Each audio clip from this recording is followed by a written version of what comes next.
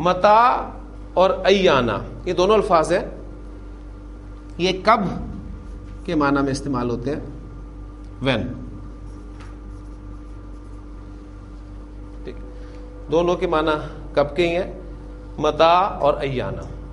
یہ تو ایگزامپل میں نے آپ کو ابھی ایانا کی دی، یسلو ایانا یوم القیامہ.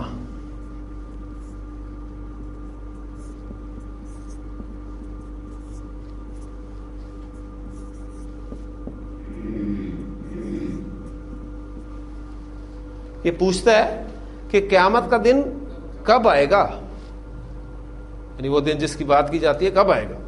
ایانا یوم القیامہ.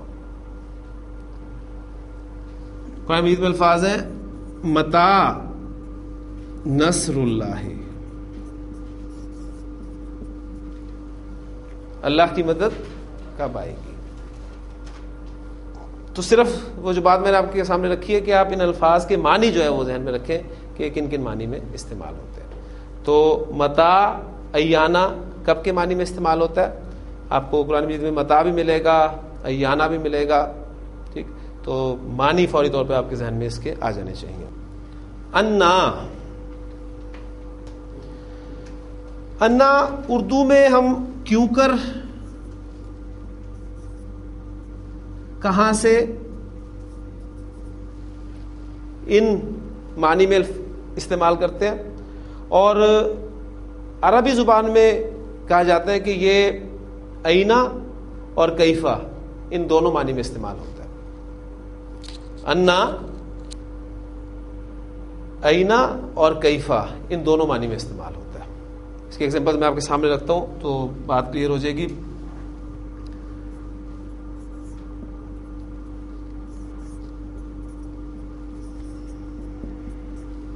حضرت زکریا علیہ السلام کا سوال قرآن مجید نے نقل کیا ہے کہ حضرت مریم سلام اللہ علیہا سے انہوں نے پوچھا تھا، جب ان کے پاس انہوں نے رزق دیکھا تو انہوں نے پوچھا یا مریم، اے مریم، انا لکی ھذا، یہ تیرے لیے کہاں سے آیا. ٹھیک، انا کہاں سے، لکی ھذا، لکی تیرے لیے، ھذا یہ تیرے لیے کہاں سے آیا. کیا جواب دیا تھا انہوں نے، قالت ہوا من عند اللہ، تو جواب دیا تھا کہ یہ اللہ کی جانب سے آیا.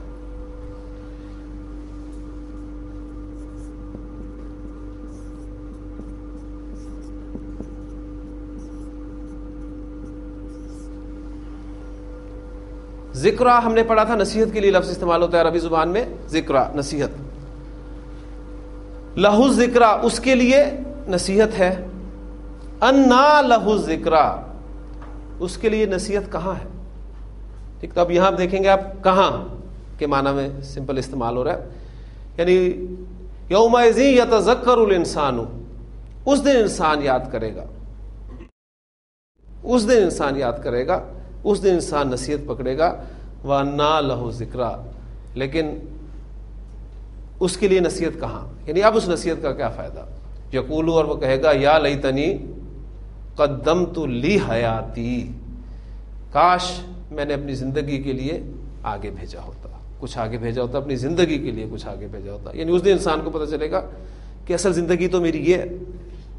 قرآن مجید نے وہ جو اسلوب آپ کے سامنے آیا تھا کہ وما ھذہ الحیات الدنیا الا لہو ولعب، یہ دنیاوی زندگی تو کھیل اور تماشا ہے.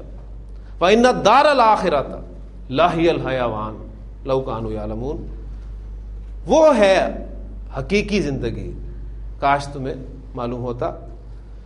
تو یہ الفاظ ہیں کہ اس دن وہ کہے گا کہ کاش قدمت لی حیاتی، میں نے اپنی زندگی کے لیے آگے بھیجا ہوتا. اسماء استفہام میں سے ایون، کون سا، وچ.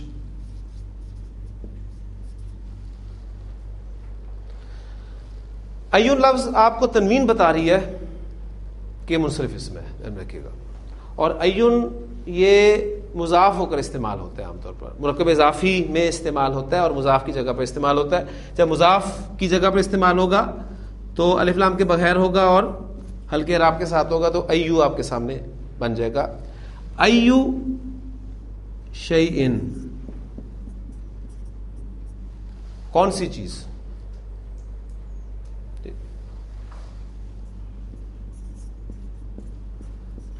ای الناسی،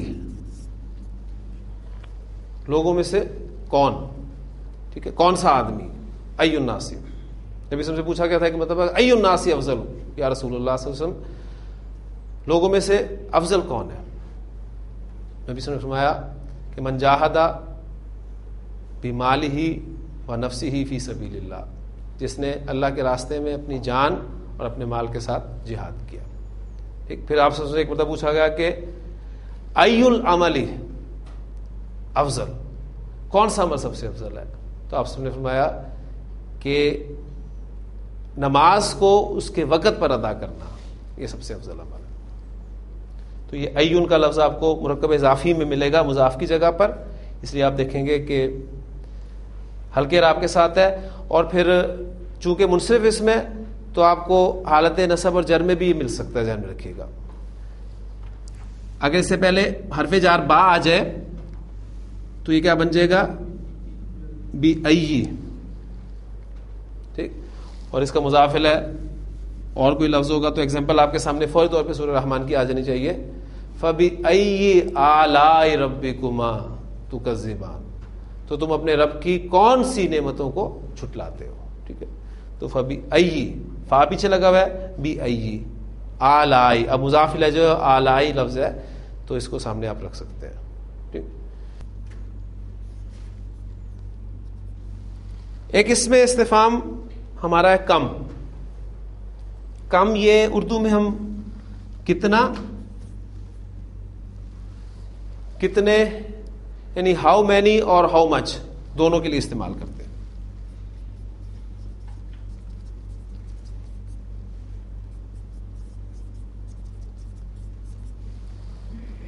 کم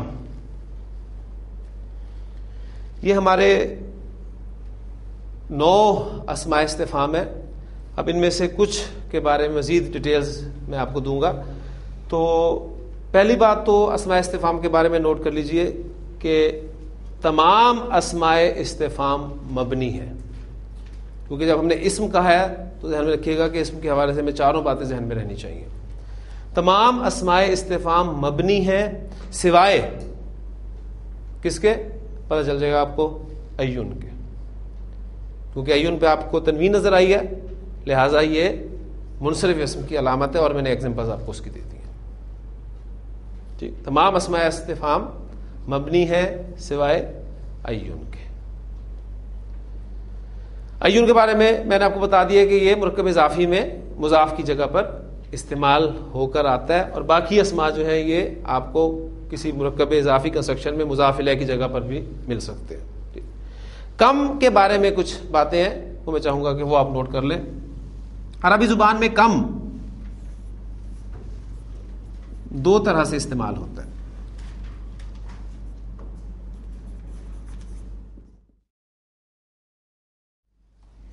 ایک ہوتا ہے کم استفہامیہ، یہ سوال پوچھنے کے لیے استعمال ہوتا ہے. ٹھیک.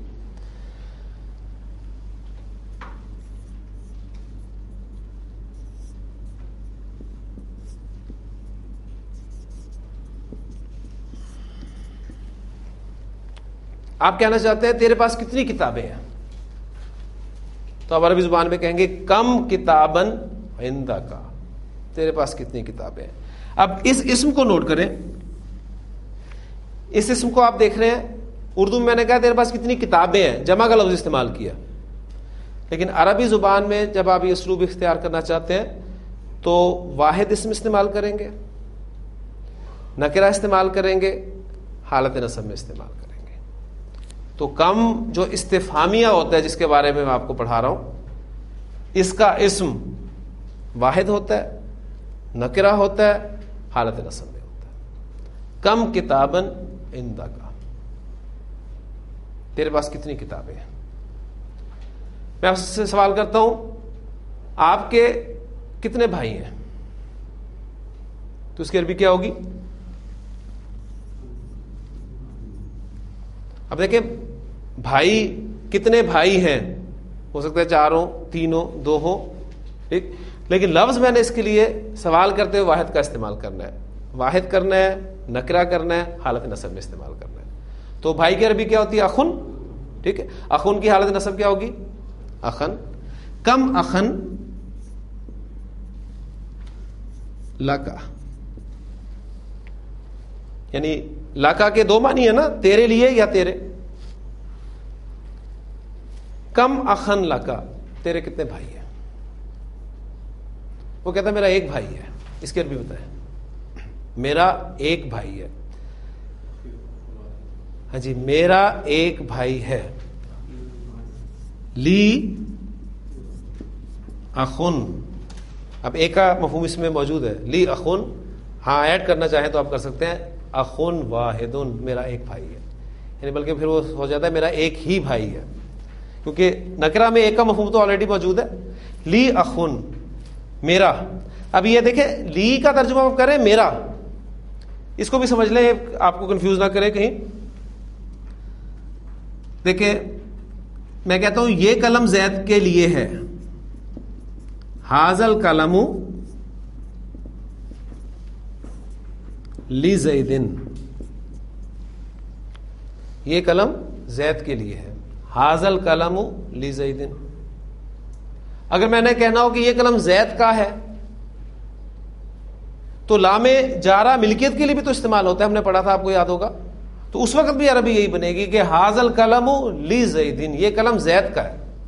پھر کانٹیکس میں آپ کو پتا چلے گا کہاں پر یہ ملکیت کے لیے استعمال ہو رہا ہے اور کہاں پر یہ فور کے معنی میں استعمال ہو رہا ہے. تو حاضل قلم لی زیدن، زید کے لیے، زید کا، میرے لیے، میرا.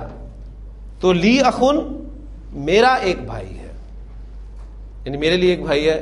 ترجمہ یہاں ممکن نہیں ہوگا میرا ایک بھائی ہے. ٹھیک. تو یہ آپ کا کم استفہامیہ جو ہوتا ہے اس کا اسم تین شرائط کے ساتھ، واحد، نکرہ، حالت نصب میں. ٹھیک. تو یہ آپ کا کم استفہامیہ. ایک کم استعمال ہوتا ہے خبریہ. یہ سوال نہیں ہوتا بلکہ خبر دی جاتی ہے. آپ کہتے ہیں کہ میرے پاس کتنی کتابیں ہیں. ٹھیک. یعنی ایک تو سوال ہے نا، آپ کی لائبریری میں آپ کے دوست نے آ کر دیکھا اور اسے پہلے اس نے پوچھا تھا کہ یار تمہارے پاس کتنی کتابیں ہیں، تمہارے پاس کتنی کتابیں ہیں، یہ سوال تھا اس کا. ٹھیک. تو آپ نے کہا کہ آ کے دیکھ لینا. اس نے آ کر آپ کی لائبریری کو دیکھا، اسے بہت ساری کتابیں نظر آئیں.